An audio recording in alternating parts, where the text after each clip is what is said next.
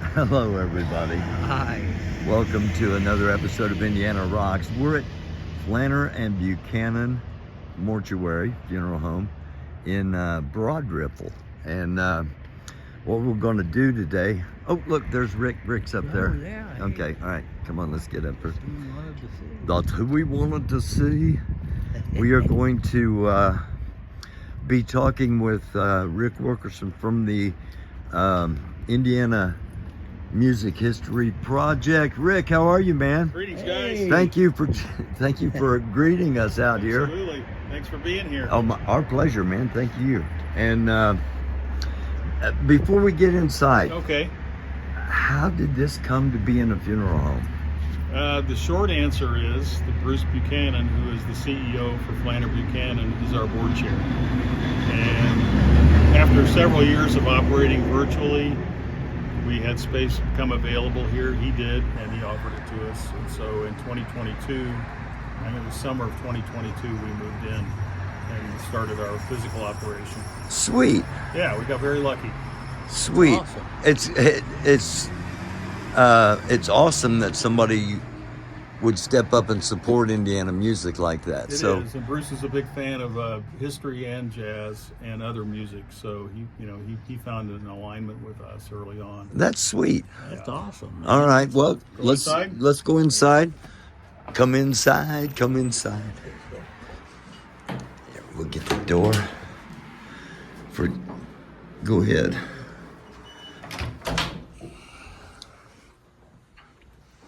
Okay. So typically we invite our visitors to park in the back Okay. parking lot, because when you come to Broad Ripple, sometimes you think, oh, where am I going to park? Well, we have Right. a free parking lot and it's large. Okay, let me. So the back Give doors you an where idea generally here. most people come in. All right. You can see massive parking lot. Yeah. And before we forget, the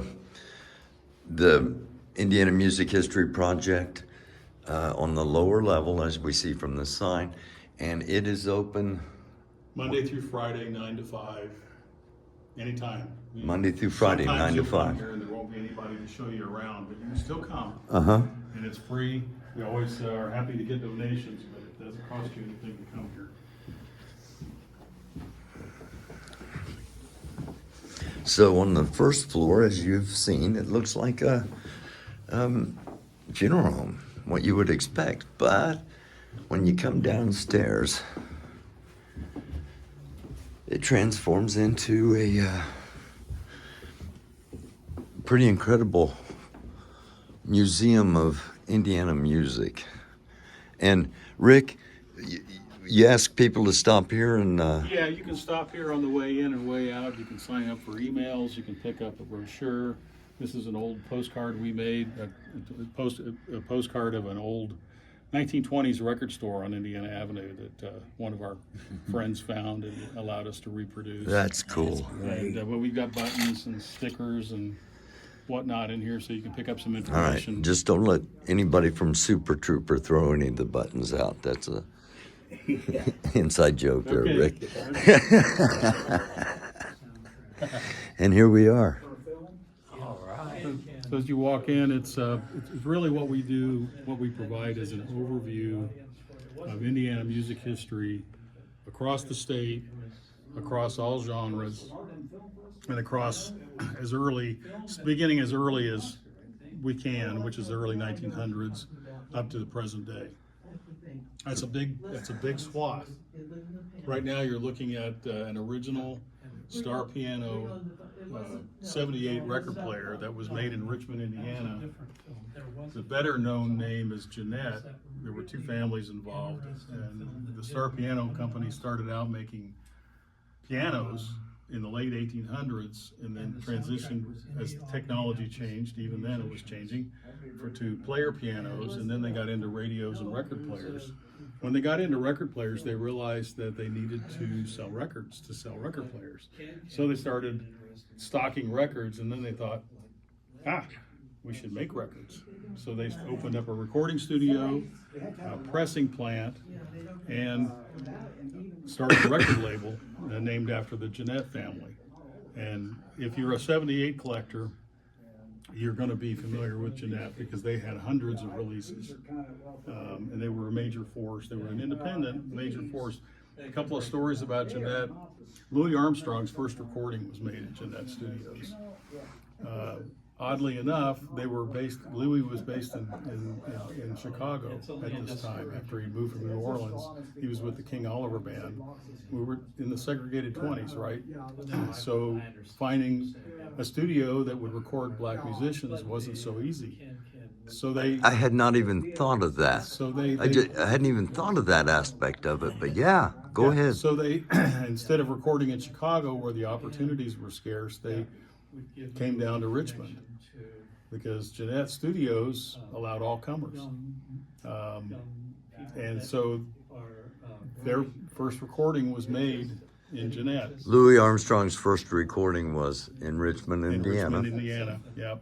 And the story goes, and this was in the pre-electric recording days. This was when they literally record onto a wax cylinder live, and there was no mix downs, no alterations, no edits. Louis was so loud that they had to keep moving him back, because there's only one mic. And he was practically outside the recording studio when they finally got him to the right level for that recording. Wow. So Jeanette is important. There's another piece of information that you remember the Betamax VHS wars. Well, they had this happening in '78. Hardly anybody knows the story.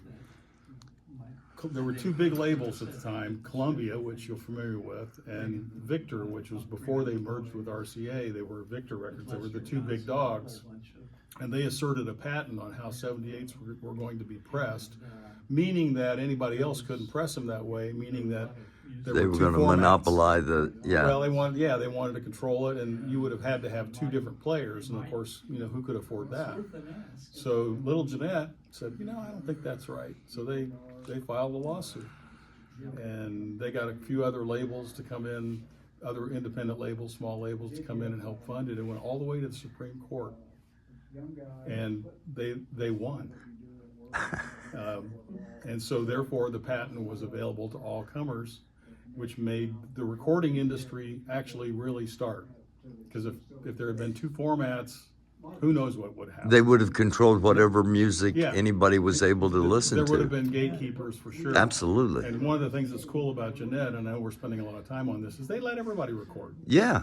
And they had field recordings. They had a van, which you've seen, there were pictures of, that they would take out. Mobile recording studio in the 1920s. And so there exists religious ceremonies, Native American chants, all this kind of stuff, railroad sounds. They recorded anything that was interesting, and then they put it out. Wow. They didn't put everything out. Sometimes they just made custom recordings, and you could buy 100 for yourself if you wanted to. But if they thought they could sell it, they'd put it out. So I don't know how many recordings, 78s there are, but there's a bunch. Wow. Okay, how did we go from 78 to 33 to 45? Another technology change. Well, there are a couple problems with 78s. One is they're brittle. You drop them, they're broken. So the Columbia started working in the 40s on a long playing record that's the 12-inch record that we're familiar with today.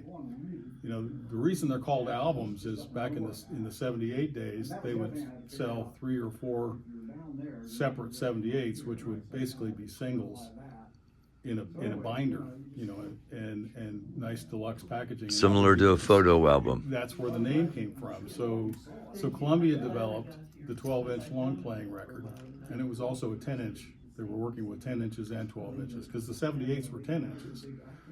So they did both, and at the same time, RCA was developing the 45 RPM 7-inch record. So we had a clash in the late 40s over which of those formats would win. Guess what? They both did, because the 45 solved the single problem for the hits and 2 songs or 3, and the 12-inch solved the album problem. So that's why in the 1950s, that's why we had, it was primarily 45s were popular. Albums took a while because they're more expensive.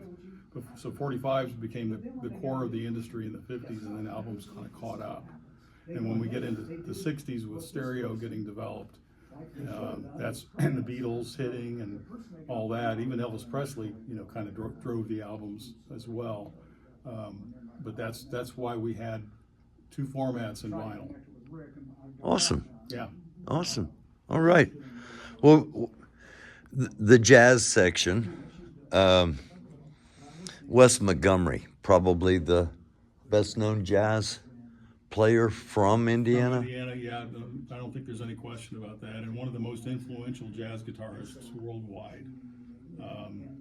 He died young, but in his short career, he put out over 20 albums. Wow. And toured constantly.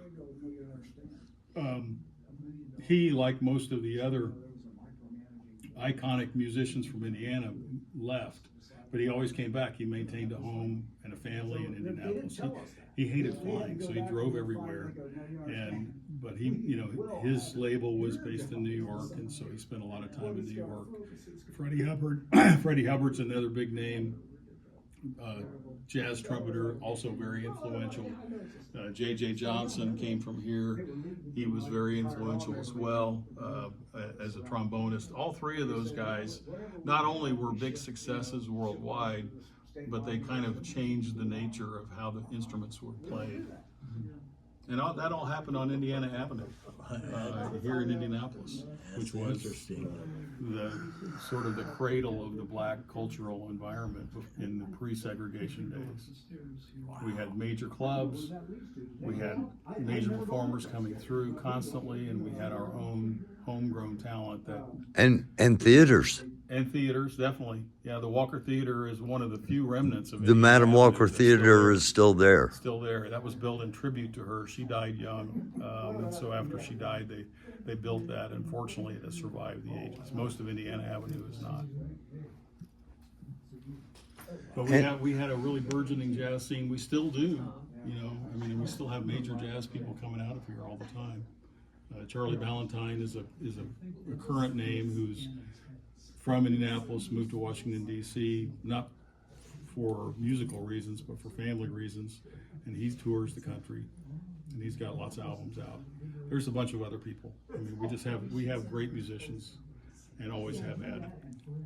Okay, as a former disc jockey, I actually worked on a board similar to this. As did I. In the very beginning. Yeah.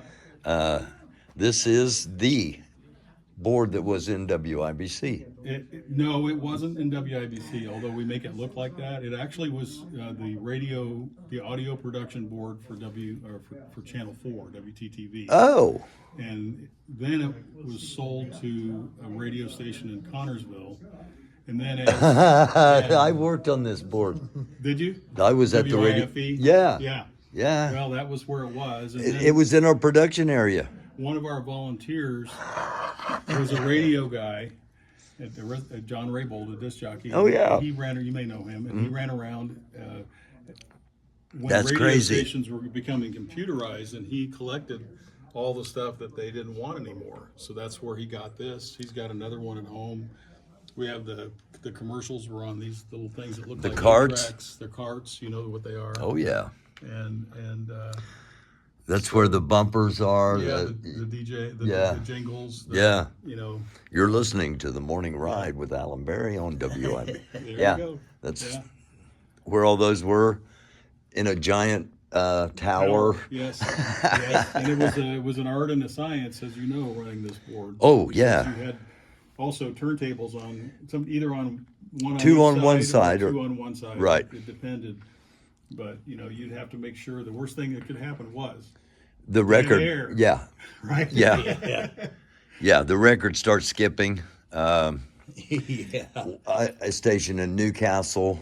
I worked at the one of the turntables. You'd occasionally have to put a penny onto the Yeah. above the needle to keep it down on the record, because there's a yeah. little bump in the record, and It was an imperfect technology. It was an This imperfect this technology. Was radio back in the day, and these Yeah. boards sounded good. Cutting, editing tapes with Yes, the razor the blade and custom Scotch tape. yeah, custom cut. Yeah, okay. That's really what it was. No, all right. The raft race, the 9th annual W. Those were awesome. They were amazing. They were just huge parties. And Oh, yeah. WAP, not only made it available for people to do rafts, but they had live music in the park at Broad Ripple Park, and it was just a big party. Yeah. And I think the insurance companies eventually did away with it. Is that what happened? Well, you can imagine a bunch of people Oh, yeah. possibly drinking, floating down a river on rafts that probably weren't seaworthy. No, no. Especially But it was if quite the a water spectacle. was up and all. No OSHA. Yeah. On those rafts. Yeah, Nightmare for No. them. and there are plenty of photos on Facebook and other places. Oh, yeah. of people doing that. But WNAP was the key radio station in the 70s. The Wrath of the Buzzard. You bet. And then came Q95 and Bob and Top. Yeah, Bob and Tom then changed everything again. In the early '80s when they got here. And Kiss. Yeah, Briefly. Kiss 99. Kiss yeah, 99 sure. briefly. Well, you've always got competition in radio, right? Right. So everybody, and radio is frankly it's less important now because of digital. But back in the day when it was your place to hear music, you really had to buy it or turn on the radio. Right. What the radio stations were playing absolutely influenced everything. Absolutely, they did. Yeah. Man, especially WNAP after midnight. Yeah, they track a whole Oh album. man, right? yeah, they played a lot of good Yeah, stuff. everybody had tape decks back then, and you'd set Record. You'd set your record to go so Yeah. you get that album. Yeah. Yeah. Yeah. I did that with Jimi Hendrix, "The Cry of Love." Sure. Yeah. That's a great album. And the Jackson 5. Now the Jackson 5 were from Gary. A lot of people forget that. Yeah. But they were actually, the reason we have so much Jackson 5 is because I met a guy in Northwest Indiana who was a 17-year-old promoter. And he was promoting local shows in VFWs and American Legions and various places like that. A lot of them were all ages shows. Some of them were, if you were over 18, you couldn't come in. But anyway, he had a show. I think it was scheduled for like a Wednesday or something, and they got a call 2 days before the show saying, we're canceling. And the reason was they found out that this guy was 17 and they couldn't sign a legal contract, a binding contract with him. So they didn't, so his name was Frank Brummett. He's still around. Frank went out that night to go see some local bands to try to find a substitute band, and the bands that he saw included the Jackson 5.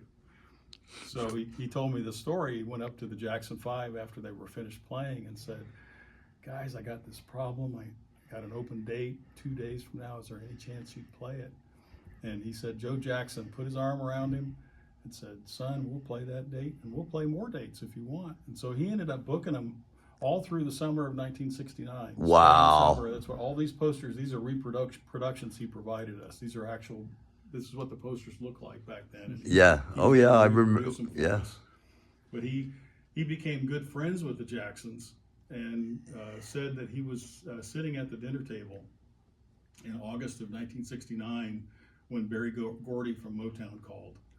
And that was the end of his run with the Jacksons and the beginning of the Jackson 5 as we know it. Yeah. But they were a local band for 2 or 3 years in Gary, and they were quite popular. They had a couple of local records out, and they had a following, but They started like everybody else like started, everybody else, yes. playing the Yeah. smallest clubs And they earned it. and anywhere you Yeah. could get your. They played before Michael. I mean, they were the Jacksons. They were the Jacksons before he. And then when he came with them, he was 8 or 9 years old when he started. If you can believe that. Oh. And then they became the Jackson 5, and you know the rest of the story. Yeah. So that's one of our great stories. So from yeah, Indiana. we are literally talking about from 1900 and the beginning of We audio recording all the way up till current with what's going on we would go here. back as far as we could, but there's just not much documentation of anything before 1900. before 78s was wax cylinders, which we have a few examples of. They're not Indiana, but they were wax cylinders, and they didn't last very long. 78 supplanted them pretty quickly. And of course, trying to find anything but maybe sheet music and, printed artifacts that are very, very scarce. It's very hard to document much of anything before the 78 era, but we try. And there were some other people down here just a few minutes ago, and it was actually it was a couple that had donated.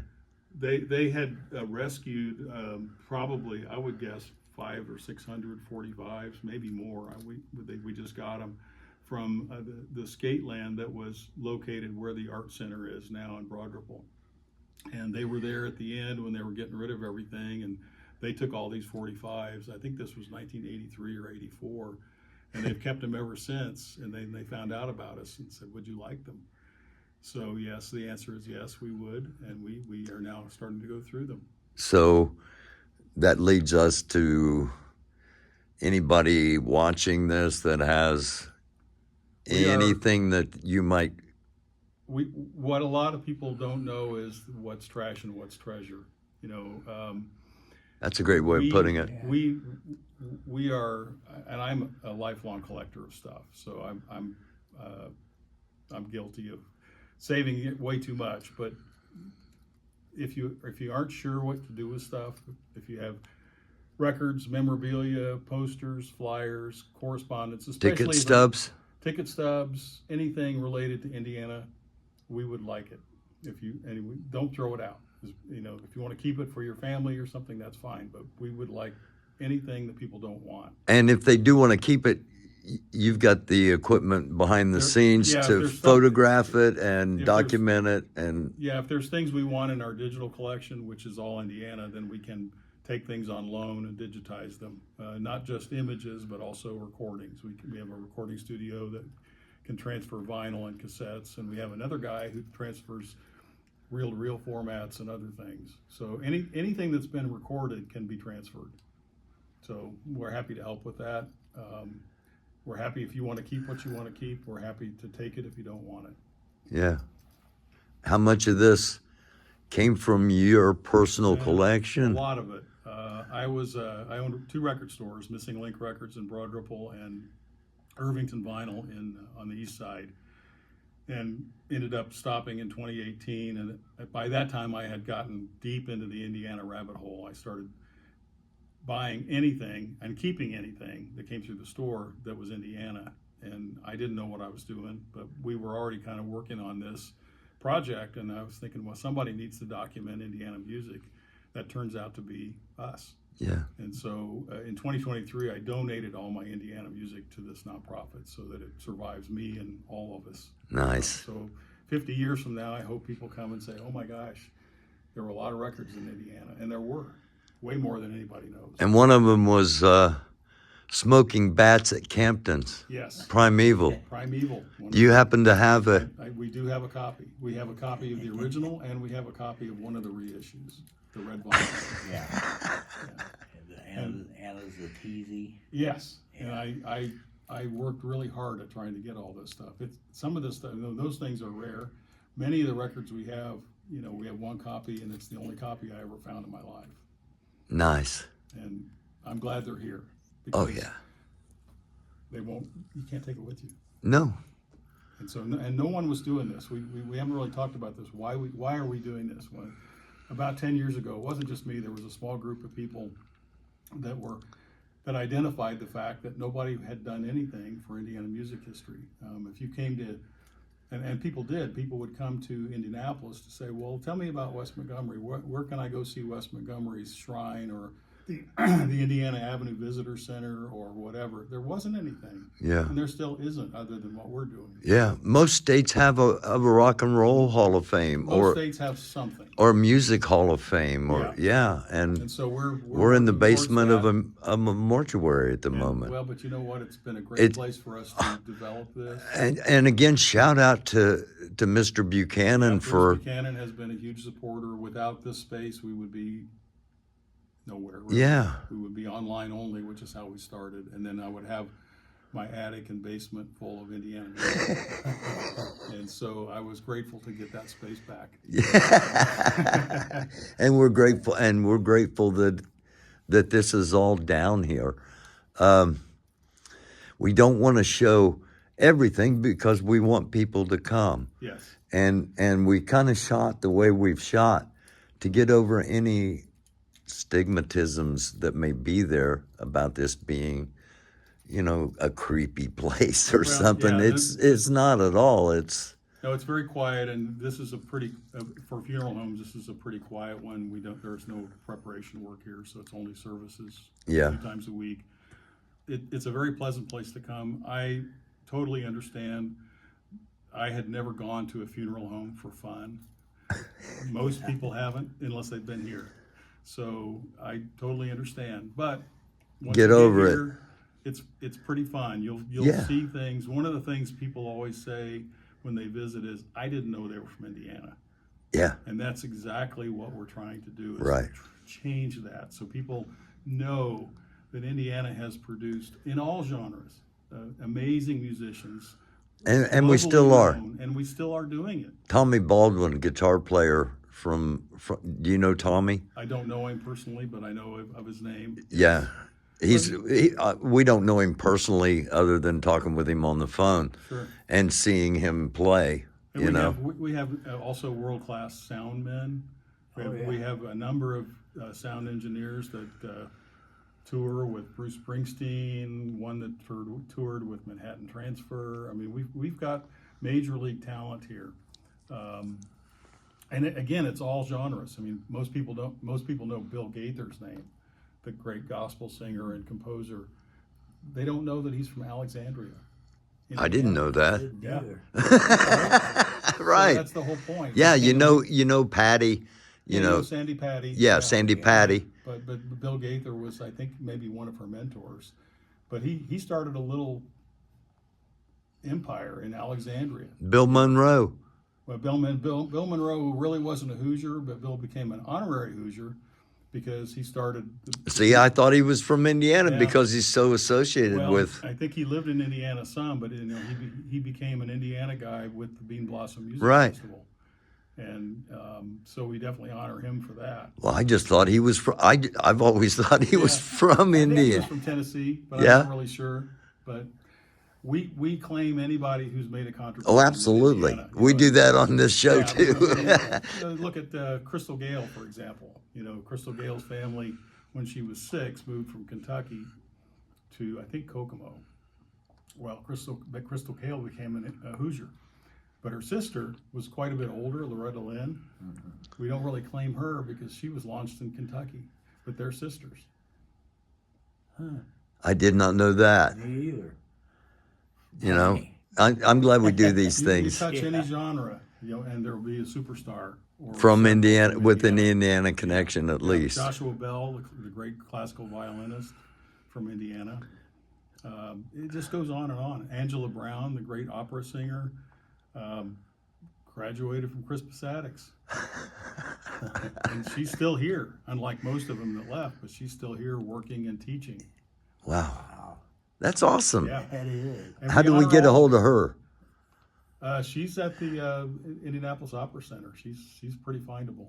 All right, I'll hook you up. thank you. Yeah. Yeah, that would be awesome. She's a great interview, by the way. Yeah. She's really fun. Is she part of your? Well, we did an oral history. Yeah, let's talk about that briefly Yeah, here. It's funny, we're going down parallel paths in a slightly different way. We got a grant to do oral histories this year from the Ellen Whitehill Clues Charitable Foundation. We didn't get a grant. We need funding. Thankfully, that allowed us to do 50 oral histories, and we have one more to do, and then we're done. And right now we're in the production phase of short videos. What we do is we capture the whole interview and put that up on our website, and then we do a short 3 to 5 minute capsule video to get you to watch the whole thing. Right. We need to go back and do that, Mel. We need to go back and cut 3 to 5 minutes out of our videos and put them out and start directing people to our episodes. Yeah. Yeah, idea. it is a good idea. It's a lot of work.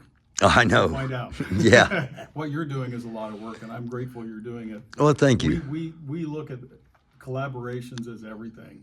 I mean, this is a small tent, people trying to preserve Indiana music history. Oh, so bless yeah. you for doing your part in doing that. Bless you for what you're doing. Let's team up and get a joint interview with Mr. Mellencamp. We would love that. Let's do it. Mellencamp was on our, the 50 we didn't really get anybody that I would say it was at his level, but we didn't figure we would either. But we are making inquiries, and we get to do 25 more next year. Super. Thank you to Clues. So yeah, we're hoping to step up and get, we came close with a few of the big names, and maybe next year. Yeah. Let's target Yes. Mr. Mellencamp because He is one of many. yeah, and he doesn't get in my personal opinion, he doesn't get his flowers, if you will, for being such an incredible storyteller with these lyrics. I agree. I agree. He's a unique talent, and there's a reason why people in the Midwest are drawn to his music, because he is, unlike really anyone else, has captured the rural hometown spirit of Indiana with his music. Yeah, I agree. That's true. And a lot of people are just jealous. Well, Sure. I mean, let's just be real, And well, everybody wants to be, everybody who gets into music as a musician or vocalist or whatever, they want to succeed on whatever level they Right. can. The system is not built for that. The system is built for failure and survival. And if you've been able to play on any kind of close to your own terms for any length of time, as far as we're concerned, you're a success. Absolutely. And one of the things that I want to emphasize is we care about every recording. We care about every musician, every label, everything that's ever happened here. It's all important. We don't judge quality. That's not what we're here for. We're here to preserve, document, and promote. Yeah. And educate. Yeah. Because this state has made waves all across the globe over and over and over again, and we just don't know it. Yeah. And like you said, in each individual genre, there's somebody. Yeah. And usually multiple somebodies. And usually multiple somebodies. Quick shout out to those that are responsible for the grants that allow this to continue. And there are several. Okay, Yes, go thank ahead. you. Yeah, I can hope I'll get them all here. I already mentioned the Clues Foundation, but we've also gotten grants from the Indiana Historical Society's Heritage Grant Support Program, several of those actually. And those are funded by a big grant from Eli Lilly that they divide up across the state. We've gotten funding from the Indiana Arts Commission. We've gotten funding from the Indianapolis Arts Council, Indy Arts Council, the Nicholas Noyes Memorial Foundation, the Penrod Society. Boy, I hope I'm not leaving anybody out. But we're actively seeking more. And grants. Flannery and Buchanan. And Flannery Buchanan, of course, has donated this very valuable space to us. Right. And we have a couple other sponsors. We actually have a sponsorship from the Jim Irsay Guitar Collection. Nice. Sadly, that came just a few months before he passed away. We wanted really to. hoping to work with him. That's what we wanted to interview him Yeah. because he was such a music guy. Yeah. Also, another sponsor is Tyler Truss, which is a stage and lighting support company based in Indianapolis. So we're getting support. We're always looking for more because let's face it, nonprofits are a expensive proposition to maintain. Always undermanned. Always undermanned, always underfunded. Absolutely. But and maybe underappreciated. Well, that kind of goes without saying. Yeah. We do this because we love it. Right. Because it's important, and I hope we're in the process of building the groundwork for this to succeed on a larger level down the road. And there's so much other stuff.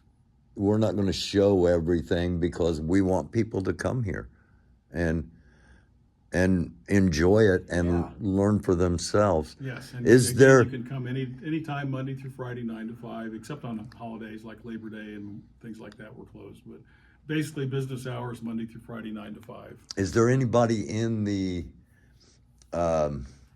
in the project? You want to shout anybody out specifically, or is everybody kind of like, we do this out of love and we're not doing this to be shouted out? We have a mix of a lot of people, and it's really too many people to name for this purposes of, but we have people who work on contract, we have people who volunteer, we have board members who volunteer.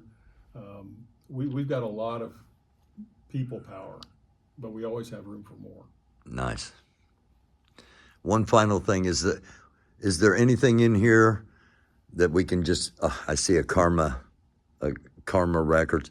Is there anything, what's the oldest thing we have on display here? I see Lonnie Mack and the Heart Attack. I see. It's hard to say what's the oldest. I mean, the Jeanette is probably a good centerpiece when you look towards that. I'll direct you over here to this particular poster, because I have a personal story about this poster. This was not donated by me. This was donated by a fellow who attended this was the first Busch Stadium Festival in 1972. Now the poster says it was at Indianapolis Raceway, but it got moved at the last minute. I attended this festival in 1972. I did too. You did too? Yeah. And I had a ball, and and then in my dreams I would ever see the poster. I'd seen images of it, and I found out this guy had it, and he was getting older like we are, and he said, this belongs in a museum. So I said, oh my God, I would love to see that. Chuck Berry, Fleetwood Mac. It was quite a bill. Now, Fleetwood It's a Mac beautiful didn't play, day. but everybody else did. Siegel Schwegel. It's a beautiful day. I saw them a bunch of times. Did you? I loved Argent, man. Yeah. It was an all day thing, and Yeah. it was Chuck Berry had come out with My Ding-a-Ling. It was a great I show. remember when Foghat came on, they had their gold, suits on. Yeah. They all come. Everybody's going, "What the hell? Who's this guy? Who are these guys?" And they rocked it. Yeah, I went to that one, and we played at the 74. Did you play at 74? Mm-hmm. Yeah. And that was at Busch Stadium also, right? Yeah. I know Dave had a lot of memorabilia. I don't know whatever happened to it since he passed away. But Yeah. Campton. yeah, Yeah. feel free to put in a good word for us. Yeah. Primeval's important to us, and anything you guys were associated with. Yeah. Oh, Jay's moved on. Yeah, Jay's kind of a superstar in his own way, Yeah. because not only did he have a guitar We're shop. talking about Jay Wolfong, by the way. Go Jay ahead. Wilfong, from the original guitar player from Primeval. He's in Nashville, been in Nashville for a long time. He actually bought Reba McEntire's Yeah. Horse Ranch. Horse Ranch and Entertainment Center, and now he's running that. Yeah. Another Hoosier who, I bet hardly anybody in Nashville knows he's from here. He had a speaker works. Yes. He had a Dr. speaker Fong. business, Dr. Fong speaker. Songs, yep. And Didn't he do guitar pedals and stuff too, and stuff like that? I'm not quite sure. he probably did. I don't I'm know, not really but sure, but Buccaneer, the band Buccaneer, with Buccaneer. we were talking about radio. They did the radio promo where a thing of gold was hidden somewhere. Yeah. In Florida, a gold bar. Yeah, they had it hidden on a ship in Florida, and we were right there. You were down there playing with what, Night Owl? Were you playing with Night Owl then? Yeah, we went down south, and we were playing down in Florida, and they just built it. It was a restaurant, but it was offshore a little bit. And it looked like a pirate ship. Yeah. And that's what. Yeah. and that became their motif. It was the pirate ship. Yeah. Yeah, and I know that's where he put it. Did they do an album? They did. Yeah, and they we have did. copies. Yeah. Not only that, but they did a big show at the convention center. Yeah, Jay rented it. Yeah. Wow. Night. Yeah. Wow. I bet that was a pretty penny even back then. Yeah, and I don't think it was as well attended as they hoped. Yeah. But there are stories. Yeah, it was a good, college try. Yeah. Yeah. At least Jay's the one that brought up the idea of us making a record. I'd only been playing drums for about a year. Well, and you know, Jay had his own record label too, a Program Audio that did primarily bluegrass and country. You know, hardly anybody knows about that, but it was him and one of the guys from Modlin and Scott. I think it was Dave Scott. Dave Scott. That was his partner in that. I know. So Dave. they made a difference in bluegrass and country because they were put out probably 15 or 20 albums. Yep, and he's from Greenfield. Yeah. Yeah. All right, Rick, we appreciate you so much. Hey, thank you. Hey, thank My you. pleasure. Thank you for Thank you. for starting this and building this. I didn't start it by myself, but I have been the guy that's kept it going. And thank you for doing this down here and what you're doing. And let's all work together and make it bigger and better. Right? Absolutely. Yeah. Amen to that. Thank you so much. And thanks to all of you out there watching. On behalf of Rick, on behalf of Mel, I'm Barry Welsh. We appreciate you. It is a dark world. Be a light. We love you all. Click the subscribe, like, share, and we'll see you next time. Indiana.